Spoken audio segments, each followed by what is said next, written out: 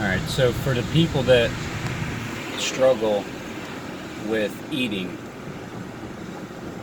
um, the best thing that you can do is fast, obviously. But water fast. You know, water. You can water fast or you can water fast. It's up to you. But the first day is the hardest day because it's the day of breaking the pattern. And look, you got to look at it like this. If you sleep normal hours, you sleep 8 hours a day, you only have to deal with it 16 hours in the day. 16 hours in one day. Now, what happens when you do a water fast is you automatically lose like 3 pounds like that. You just do. But the first day is the hardest day because, you know, you have the audio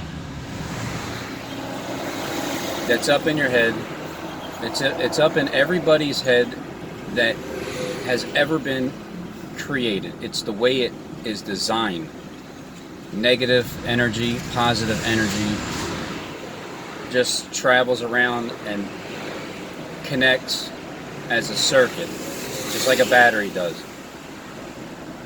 And the audio is at a normal, volume, right?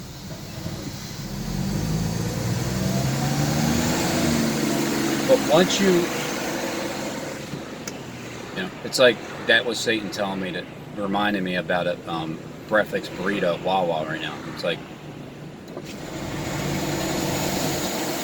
yeah, it does sound pretty good. Yeah, it does. Yeah, but this sounds even better.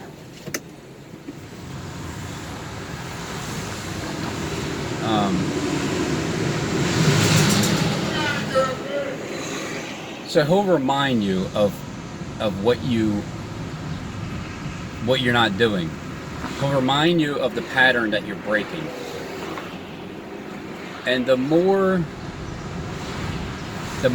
time goes by, right? The volume is being turned up a notch without you even doing it. You are not even touching the volume. It's turning up on its own. And when you thought that these thoughts were yours, and the volume keeps getting louder and louder and louder, that's when you start realizing, oh, hey, good morning, Satan. Good morning. I hear you loud and clear, but I'm going to pass on my burrito today, all right? I'm going to pass. I'm just going to drink water, you know? I'm just going to drink water. That's when you start realizing these thoughts, that's not mine. Why would I be screaming at the top of my lungs in my spirit to go and eat just a bag of chips? All right, fine, Rob. Don't worry about the burrito. Just get a bag of chips. Get a bag of chips, Robin. It's like, Satan, beat it, man. So he'll want you to just cheat anything to follow him, to break your promise to yourself that, all right, fine, I'm just not going to eat today. I'm just not going to. I'm going to get water, all right? It's going to be good water, and I'm going to drink it. Every time that you get the sound turning up, now you're able to turn it back down. You are. After the first day, because I'll tell you, yesterday, and I did the fasting a few times already, like 4 times I think in my life. Once in jail for 7 days, one more time at the other house I lived over 8 years ago for 7 days, and then I did another 7-day here at this house, and then I did a 3-day just a few weeks ago. And I'm going to do another 3. So this is the 5th time that I decided to fast in my entire life, all right? And I wonder sometimes, why did it take me so damn long to do this when it works. It's so effective. It's crazy how it works. So yesterday, well, the night before is when I'm like, you know what, screw this. I'm so freaking done with eating, whatever, and then drinking the energy drinks, and then having some alcohol at night, and then it's like, if that's your pattern, and it's only, I'll have a beer or two, it's whatever, and then but here's what I did with, I substituted the alcohol, because all it is, it's the pattern of breaking the habit. Just break the habit for the day. The one day, just break the habit. So if anybody is trying to break an alcohol habit, and I'm not saying I'm going to stop drinking for the rest of my life or anything. I'm just saying that today, yesterday, today, tomorrow, for sure. Because when I want to do this water fast, that's it. I'm not drinking milk. I'm not even having my popsicles, because I would take not the popsicles, I don't know, like the water icicles, whatever the hell they're called. Those long skinny things. I would, instead of grabbing a beer, I just cut them open, eat, drink, whatever, some of those. Because it tastes better. I mean, yeah, I know it has sugar in it. But the point is, you break the habit of that day substitute it with something else that isn't alcohol, that actually tastes better, it's juice and ice. It's cold and it tastes good and it's satisfying. And when you're done the night and you're used to the pattern of that, it feels better breaking it. So you can break it with icicles, popsicles, whatever. And then so the first day is always the hardest because it's the pattern that you got to break. Yesterday, and I don't know, for me personally, I like to punish my own flesh when I do these fastings, and before this week and last week,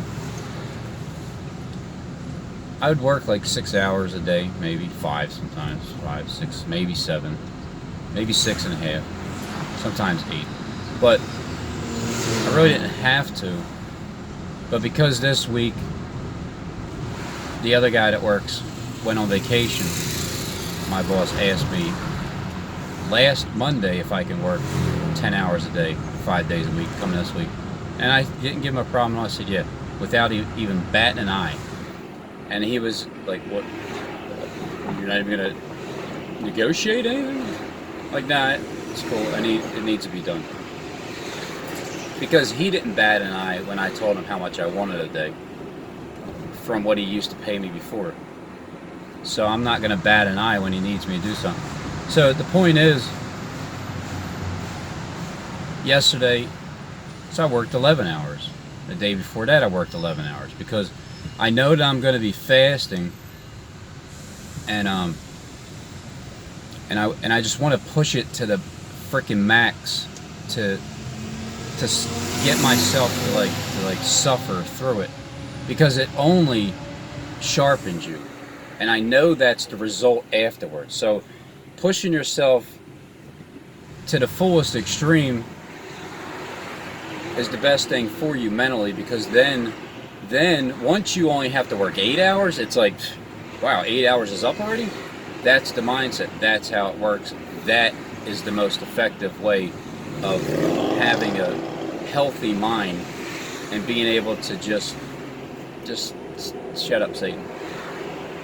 So the first day is very difficult yesterday, and again, I did it before, but this time, I mean, going up and down the stairs. These houses are 4 floors, and it's just constant stairs.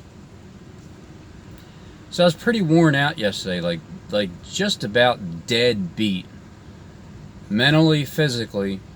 But I know that today is going to be a better day because I'm going to have more energy. And on top of that, mentally, I've already surpassed the day obviously the first day is the hardest day. You know why? That's the proof. Because I don't do it very often. Because that first day is like, all right, I have to, oh man, just water? Oh man, it's going to be tough. How about a popsicle? Can we have a popsicle? Because then there's Satan telling you, yes, of course, you can have a popsicle, Robin. You can also have a bag of chips. Have a bag of chips, Robin! Eat them! So second day is the day of, it's like stepping stone day. It's the day you stepped in the stone and you're going to step on top of it, continue to walk past it and above it.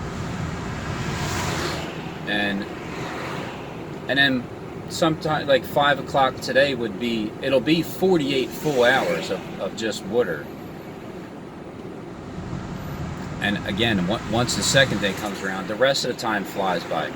Then once tomorrow comes around, tomorrow the audio will be turned down all the way. Yesterday, the audio was turned all the way up without me even touching it. I can hear it clearly. No, I don't hear a damn word, Jonathan Kleck. I don't hear Satan like, okay, Robin, this is what you need to do. You need to go to Wawa, okay? Go into the section, the third aisle to the left. You need to pick up one bag, okay, of Doritos. Doritos, you need to pick up a bag, the 99-cent bag. No, don't get you listening, Robin? Yes, Satan. Get the $1.99 bag of chips, and I need you to eat the whole thing, okay? No, it's not like that. Satan doesn't talk to you like that, and God doesn't talk to you like that. But you do hear the audio in your temple, and the temple is your freaking brain. You have surround sound going on from east to west, from left to right, top to bottom. You can tune it up, you can tune it down, whichever way you want to go, the nozzle. But when you shut your face with food, and you stop shoving the food in your face, you'll start to hear, if you ever wondered, how these thoughts popped in your head, oh man, just do without for one day, and you'll hear Satan will start to scream in your spirit to eat something. Just one thing, just a cracker, come on, just one.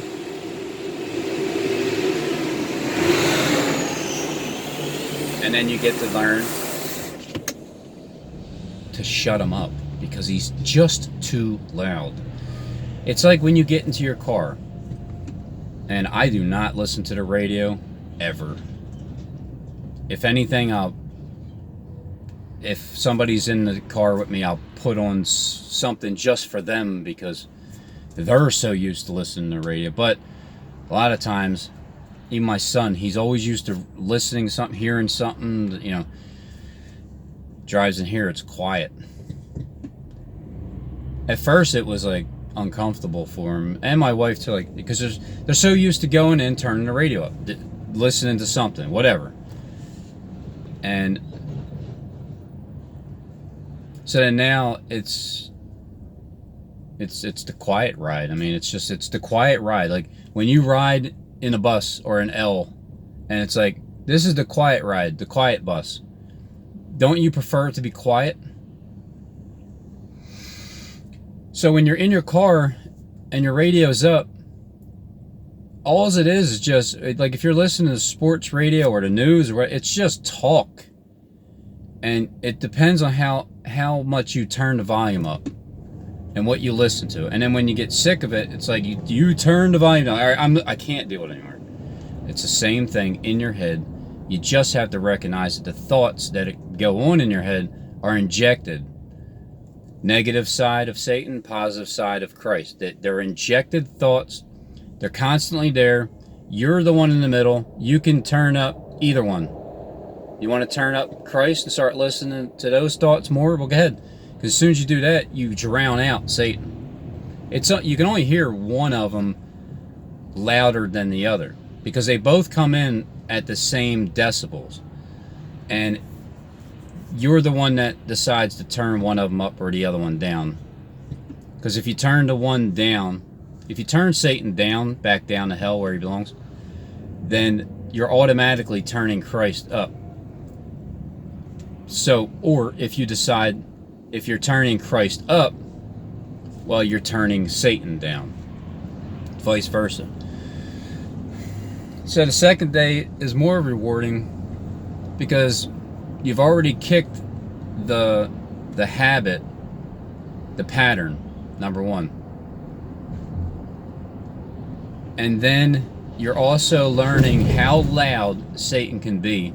For those people that don't believe that Satan speaks to you that way, or you're just, or you don't even believe he's in your vessel. You don't believe that there's two of you, that there's the good side and the bad side of you. Jonathan Kleck does say some good things about that part alone, about your angel and your demon being in the same vessel, and there's a double you. Yeah, that's true.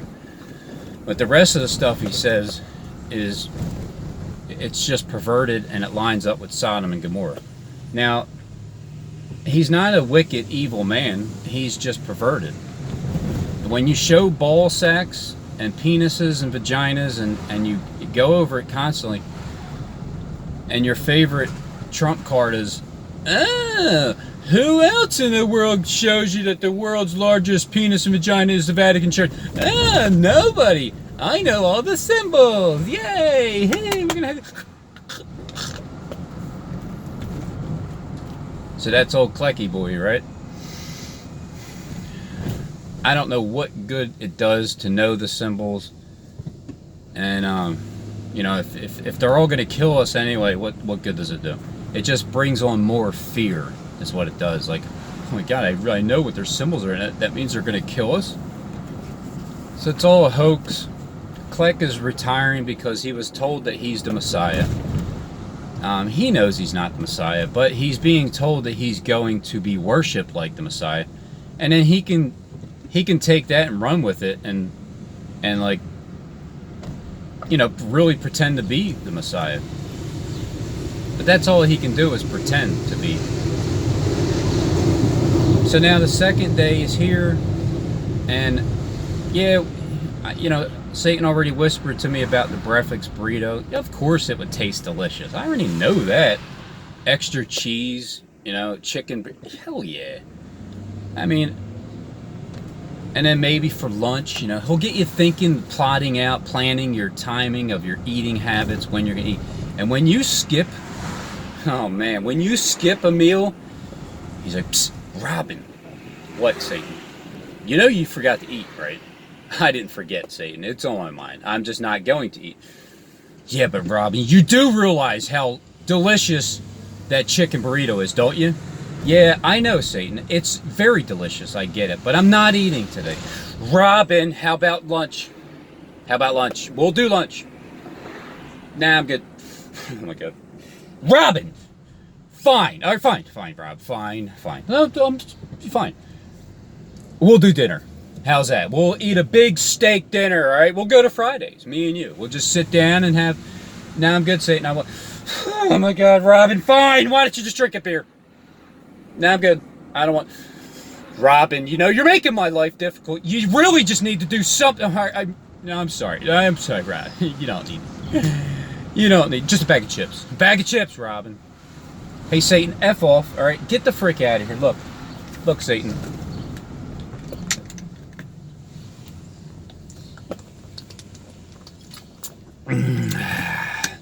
Yummy water. There. That's like punching Satan in his face. I smashed Satan yesterday. All the audio sounds he was trying to throw me, just kicked him in his teeth. Kicked him straight in his teeth. And then, so after the second day goes by, and then the third day goes by, well, here's what starts to happen. Because he's been getting kicked in his face, because he's been defeated yesterday, and then today, and the sound gets quieter and quieter, and he starts to stop fussing and fighting. Well, that's when the third day comes around and you accomplished your mission. If you want, you can actually go ahead and sit down with Satan and have a meal, because then he's done fussing and fighting with you, because you've already conquered the audio sounds in your head, and now you can sit down and have a conversation respectfully, because he now respects you for being able to defeat him, and that's the truth. But once the third day comes around, you can either start it or stop it and continue.